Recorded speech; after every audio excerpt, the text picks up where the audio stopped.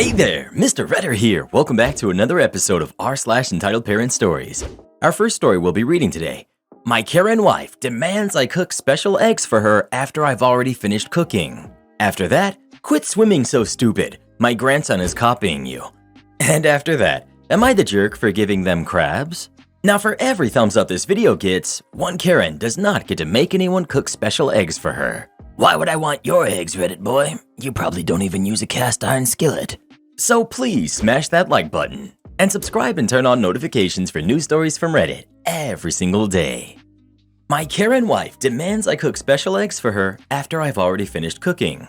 Last weekend, I, 36 male, decided that I was going to make my family, my wife who's 35, and my kids who are 12, 11, and 9, a big breakfast spread as part of the lame, according to our oldest daughter, family time that we decided to have that day. The plan was to have breakfast together, watch a movie, have lunch, and play some games as a family before we release the kids from the clutches of the, again, lame family time. So anyway, I got up early, heated up the waffle iron and the huge stovetop skillet, and went to work making waffles, scrambled eggs, bacon, sausage, and hash browns. As I was finishing and the kids had plated up, my wife asked me to throw a couple of eggs over easy on for her. She's the only one in our family who can stand runny yolks. Neither I nor the kids will touch them, but she really likes them. I just told her, nah, I'm finishing up already. If you really want a couple of eggs your way and want to make them yourself, go for it. But I'm done. She responded, you're already cooking. I'm in the mood for a couple of over-easy eggs. Why can't you just throw them on for me? I refused, and it turned into way more of a quiet, bickering argument than it should have. It's been on my mind since, and on the one hand, I feel bad my wife just asked me for a small favor that wouldn't have been a big deal at all to fulfill. But on the other hand, I had made plenty of food already. My wife likes scrambled eggs too, just fine, and there was plenty of food for her to eat. Why did she need to go insisting on her special request? It was honestly a silly, petty fight, but nonetheless, I'm curious who people think was in the right. Edit. The top question asked if my wife and I routinely bicker this way. No, we don't. That's why things bothered me so much. Neither of us usually dig our heels in so much over something so minor, which is why I felt weird enough about this to ask strangers about it. Now, having said that, while there is some dissension, the prevailing opinion is that I was wrong. I accept that. I let the lazy mood I was in that morning take over when I should have just made my wife happy. But some people are making way too much out of this. My wife and I love each other and we love our kids and everything's good. We have a good family. Stop wishing bad things upon our marriage and family just because I got a little lazy one morning. I just wanted to know if I was in the wrong in this one situation, and apparently I was. I can accept that. You're the jerk, but more in a sad way. It's a small thing that would have meant a lot. Not the end of the world, but just one of those missed opportunities to give a tiny bit extra when asked. If you're honest with yourself, would she have done it for you if you had asked? It was a bid for connection from her to him. He turned it down because he felt like he had already done the connection thing already. In the psych community, there's starting to be really good research done on why couples break up, with the biggest reason being small bids for connection are rejected, thwarted, or otherwise ignored. It would have taken OP all of 2 minutes to cook wife's eggs, but in the long run, it could make all the difference between a happy couple and a divorced couple. OP, you're the jerk. Hey honey, go get me a beer from the fridge and give me the remote. This is a bid for connection, so you have to do it. You're the jerk. Next time, make the eggs. Make the Chili by Pam Berg. A good friend of mine unexpectedly lost her husband. A couple of months later, we were going for a run together, chatting about nothing. She asked me what my dinner plans were. I told her my hubby wanted chili, but I didn't feel like stopping at the store.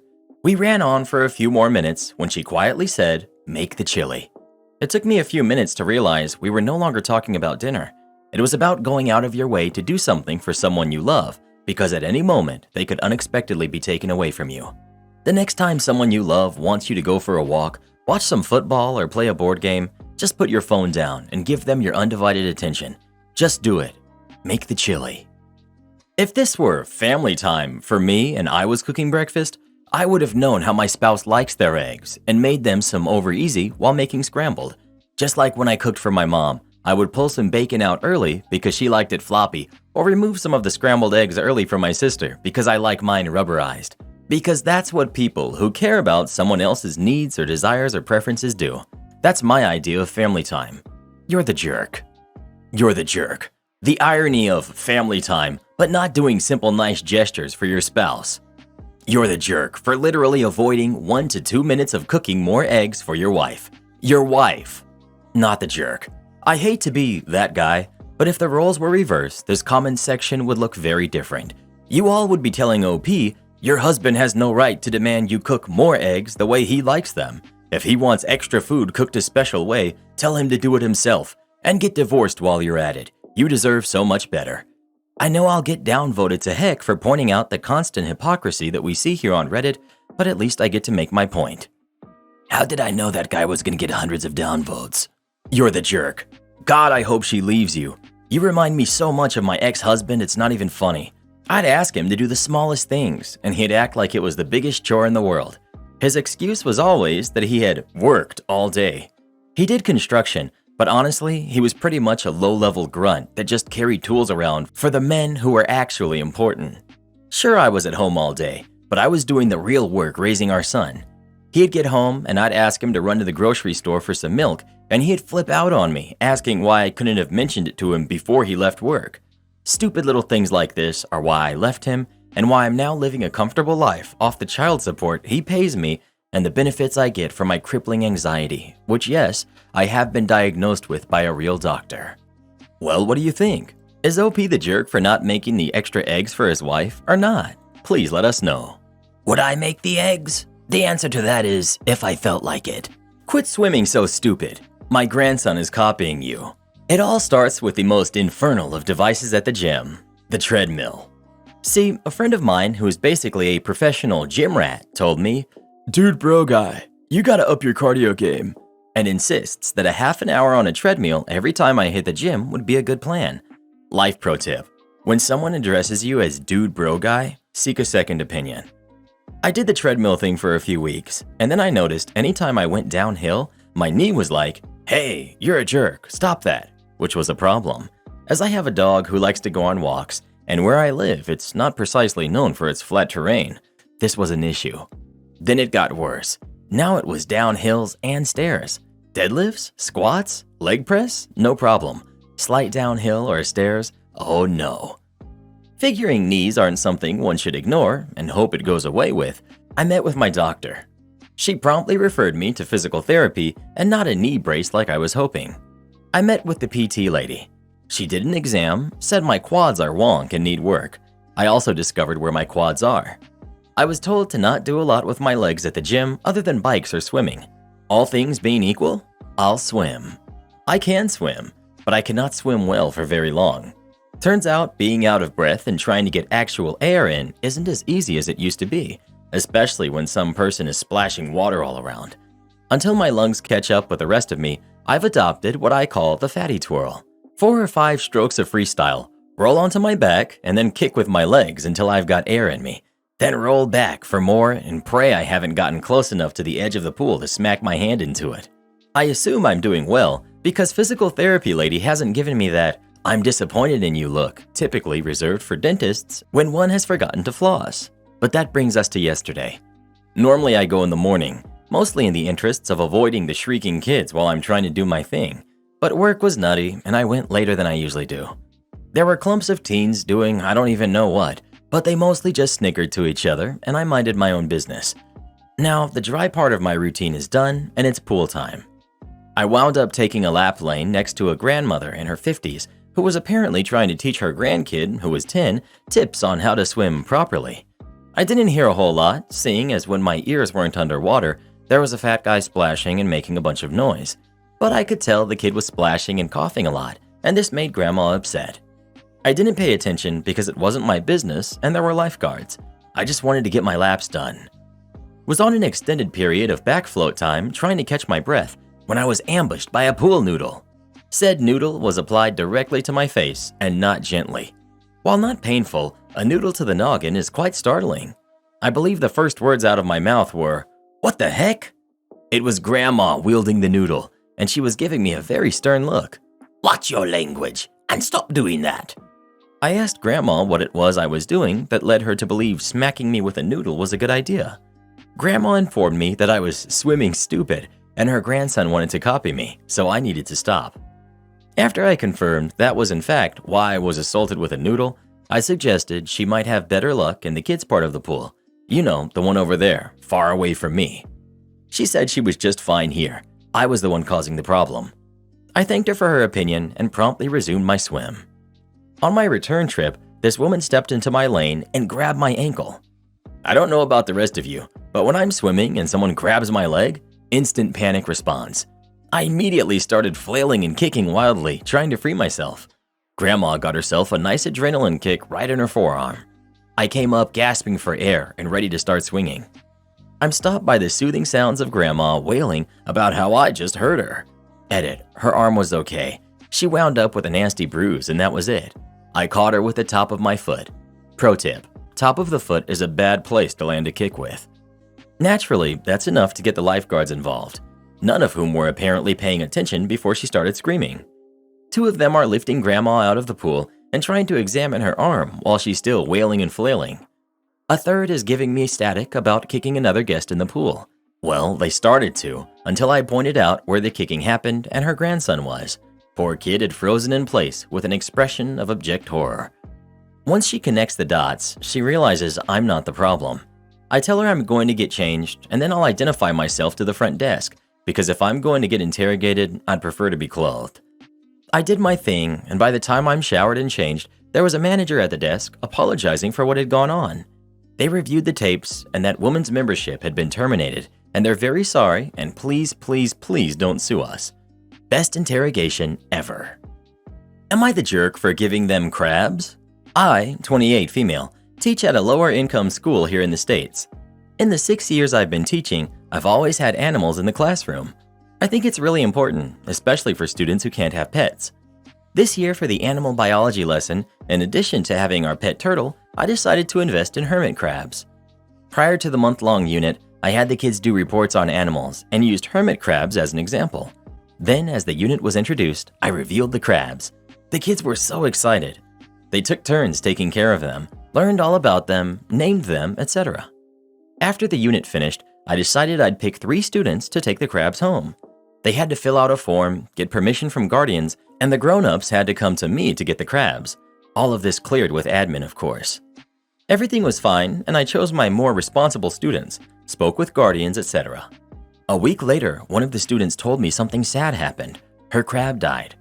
I sent her to the guidance counselor to walk her through her grief and reached out to her mom to see how I could support her. Well, wouldn't you know it, according to Mom, I'm a total jerk for giving her daughter the pet to begin with. She's been crying nonstop and is devastated beyond belief. It wasn't my place to give her daughter a pet, and I crossed so many lines. She then complained to admin about me, and I had to have a meeting with the principal, who told me it was a bad idea. Crabs are fragile, and I knowingly inflicted grief on her and hurt an animal in doing so. I just wanted to make the unit fun and teach responsibility as well as social-emotional skills. Am I the jerk? Edit. The mom came in to pick the crab up, and I gave her an information packet along with all the supplies needed. I also let her know that crabs are fragile and warned her it may die, and I'd be in touch if she needed me. I also want to clarify that the parents were aware of this unit and crabs as potential pets before the permission slips went out. I discussed the unit during conferences because it is a big unit. I wanted to see if there was an interest prior to executing the plan, and if not, I was going to keep them and use them as classroom pets for years to come. Edit 2. A lot of you are upset I didn't provide all the students with crabs. As stated before, it's not realistic. I provided all the supplies for 3 crabs, and this was one of many giveaways I do in the classroom. It's on my own dime and my own time. I do lots of things to motivate my students, including pizza parties, teacher for a day, etc. I shower my students in love in ways that are tailored to my students' unique interests and needs. Out of the 22 students I have, only 8 applied for the crabs. Of those, only 4 parents agreed to it. I picked the 3 I felt most comfortable with. Can you imagine buying 22 crabs on a teacher salary? Y'all are wild. Edit 3. Thank you for all your love and support. I appreciate the stories and resources. I'm very humbled and I realize where I messed up in this situation. I now have a fountain of knowledge on crab care, and moving forward I will not give out pets.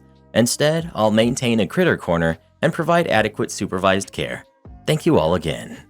Not the jerk. It was a sad experience, but that's part of life, and learning to deal with that grief is important for kids to learn. You went through all of the appropriate steps in getting parental permission and clearing it with the administration. You even set in motion a great plan for her to work through her grief. It's not a bad thing that she's crying. She's working through some hard emotions. But just because they're hard doesn't mean that they're bad. Crabs are fragile creatures, but so is any animal. So are humans. Life is fragile, and we'd do a severe disservice to kids if we sheltered them from life, which death is part of. Not the jerk. You had permission forms, and parents agreed and came in for the animal. You didn't give the crabs away. You made them available for adoption. That parent is missing a huge opportunity to emotionally invest in their kid. Sounds like those kids are lucky to have you. Everyone sucks here. I think the mom and the principal are the biggest jerks. If the parents signed a permission slip, that's on them, and your principal should be backing you up. Pets die, that's a fact of life. Now where you are the jerk. There are a lot of animals in the pet trade, especially those targeted to kids, which are not great pets. Hermit crabs are considered extremely advanced. In fact, some people don't think they can thrive in captivity at all. It doesn't matter how many information packets you gave these people. By choosing a hermit crab instead of a more beginner-friendly pet, you were setting them up to fail. Could they be successful? Sure, but that doesn't make it okay. As a teacher, you should be setting them up for success. It's also morally worse because failure is the death or suffering of a living creature. Well, what do you think? Is Opie the jerk for giving crabs out to the students or not? Please let us know. No good deed goes unpunished. I'm sure quite a few teachers out there have experienced this firsthand. Karen yells at the school nurse for calling her about her son's health. This is the only place I can think to post what I just witnessed. This only happened about 2 hours ago, and I can't stop thinking about it. Please don't mind the formatting. I'm on mobile. I'm a high school student, senior year, and I'm not the most careful person with what I eat, so I ended up getting food poisoning from eating leftover chicken that was set on the counter all night that I just threw in the microwave. I didn't feel anything until I was in the middle of first period class. I thought it was my regular stomach pain, so I tried to just muster through it until I felt nauseous and like I had to go to the bathroom, so I ended up going to the school clinic. When I entered, I noticed there were people in EMT uniforms surrounding a guy hunched over on a chair. I overheard them saying he was confused and not very responsive. I wasn't sure what was going on. I spoke to one of the nurses about my strong feeling of nausea, and they called my mom to come pick me up. So I was just waiting there in the clinic with a trash can in front of me. I heard one of the school nurses tell EMT people that the guy is diabetic and didn't have his insulin checker. Can't remember the exact term, just know it was something like that, with him, and how he couldn't answer simple questions like, "What is your name?" or "Where are you?" I knew a little bit about what they were checking because of a show that I watch, so I knew that this was a horrible sign. They had called his mom before I came in, so now they were just waiting. That's when I saw a very angry woman, entitled Mother, walking towards the clinic. When she entered, I could feel the air change.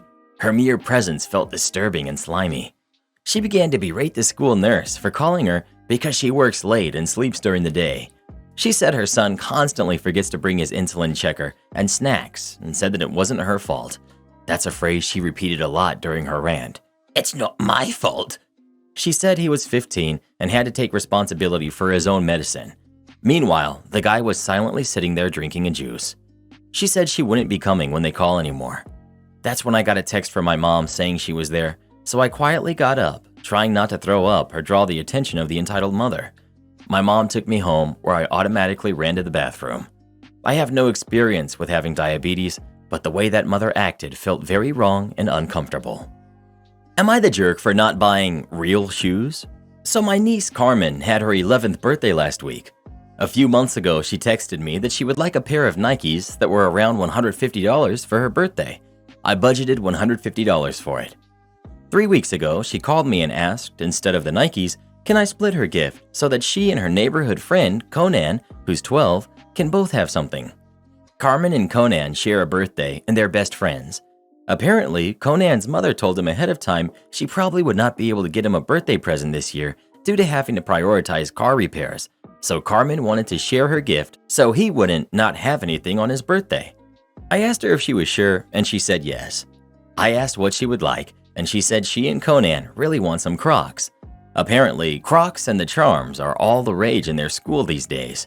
Got sizes, favorite colors, and whatnot. So I got to work, and I was able to get 2 pairs of Crocs, 2 pairs of Croc flip-flops, and 2 packs of anime Croc Charms, all for under $120. Thanks to stacked coupons and sales. I even threw in some anime hoodies, only went over budget by $7. Not bad. I should note that my sister, Carmen's mother, is low income and they live in low income housing. My gift is usually the big ticket item and my sister always gets something much smaller. That being said, I also don't make a lot of money, so I don't want to just get some Crocs. I wanted to stretch that $150 as far as it would go. Their birthdays come and I gift them to them and they're ecstatic, super happy. Spent like 45 minutes talking about all the different charms and the characters from shows like Naruto, Demon Slayer, Juicy Kaisen, or something like that. I happily listened while they chatted and talked, and then we had takeout that I ordered and cupcakes prepared by Conan's mom and watched anime all day. It also turned out that Conan's mom did manage to get both kids something small after all, that Conan picked out for both of them. They both said it was the best birthday ever. Conan's mother took me aside privately and profusely thanks me and says she'll pay me back as soon as she can. I tell her no need because this was a gift from Carmen to Conan, not from me. I asked her to just be good to my niece when she comes around. She asked if she can thank me by cooking dinner, so I'll be coming over for dinner sometime. Later that day, my sister sees the gift and is irate.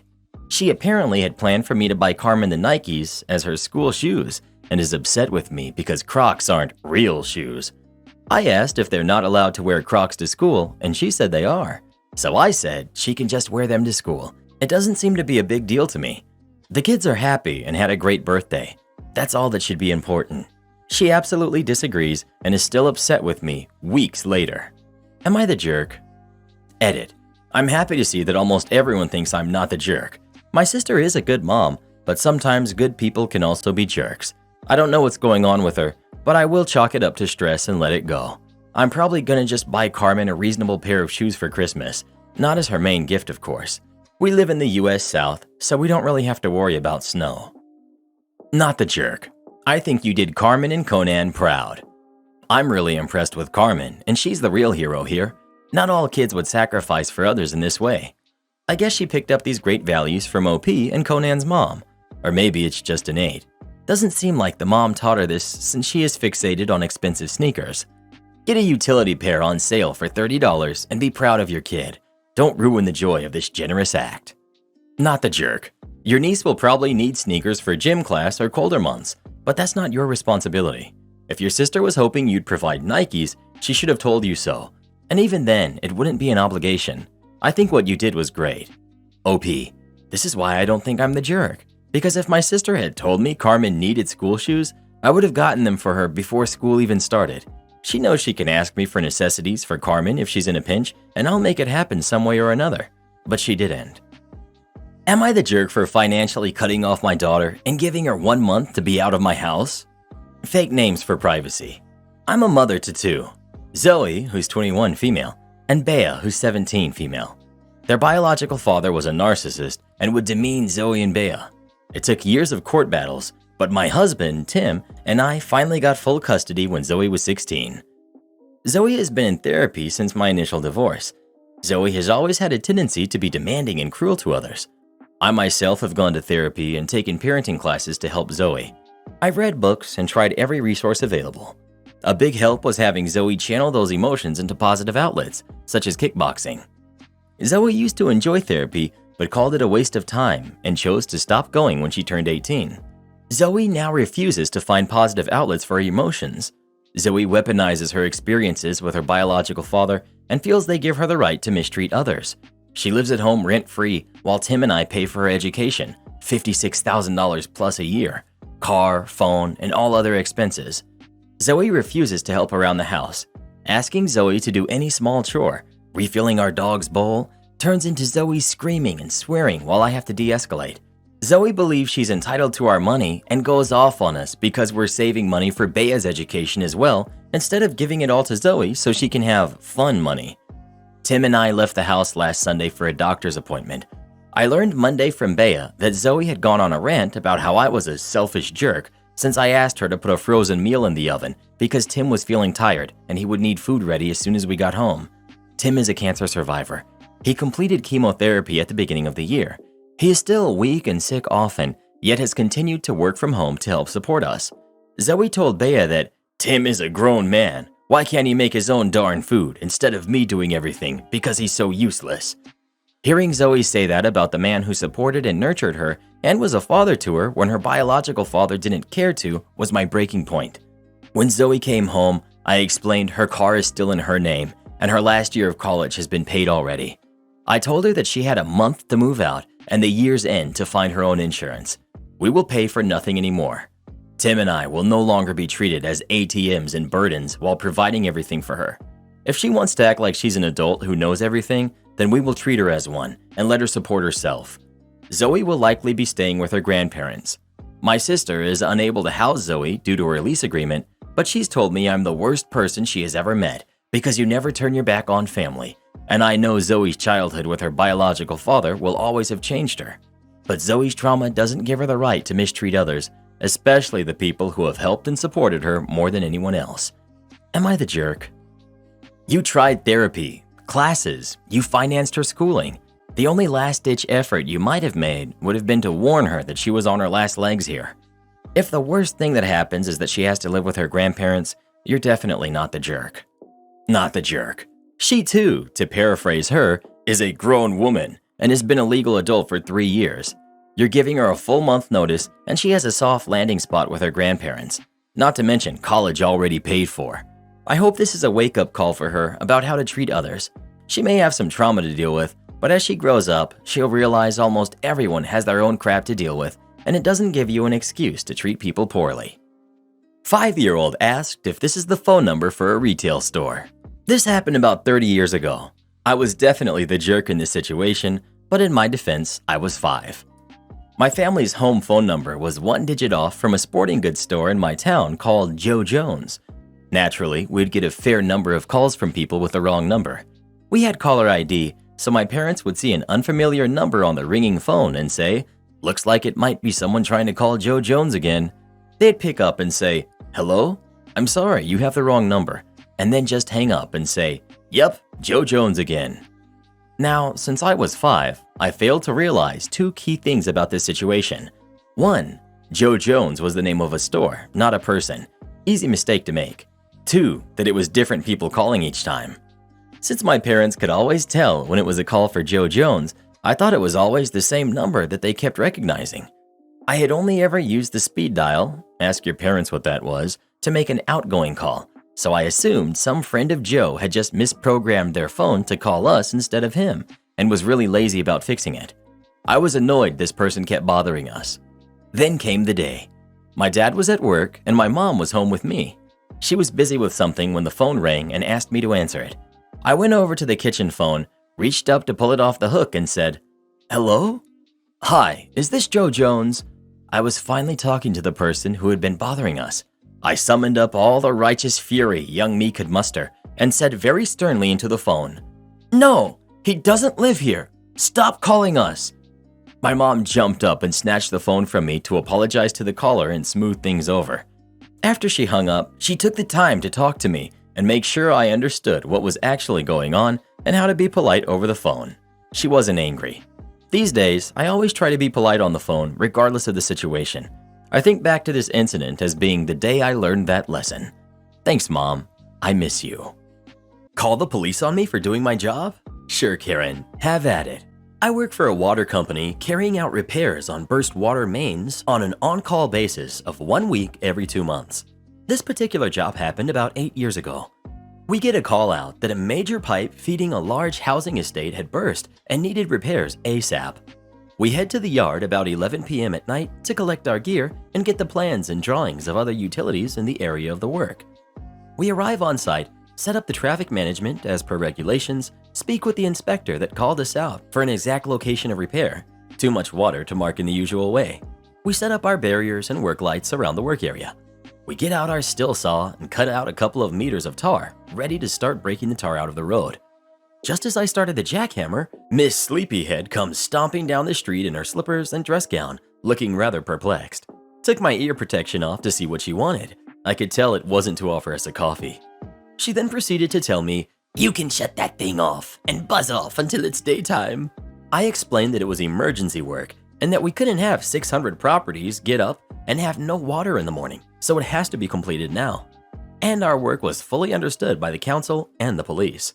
We then get the usual things like, "Do you know who I am?" I refrained from telling her that I knew exactly who she was. She's an irritating jerk who is stopping us from working. She then starts turning the air supply off so I can't use the jackhammer, which was ever so slightly annoying. She then stated that she knew the police chief inspector and would have me arrested if I carried on. I said that I have to carry on as per my emergency work order, and if she carried on obstructing us, I'd have to call the police to get the job finished. Needless to say, she did it again and said, "Call who you like. I'll have you arrested and sacked by morning."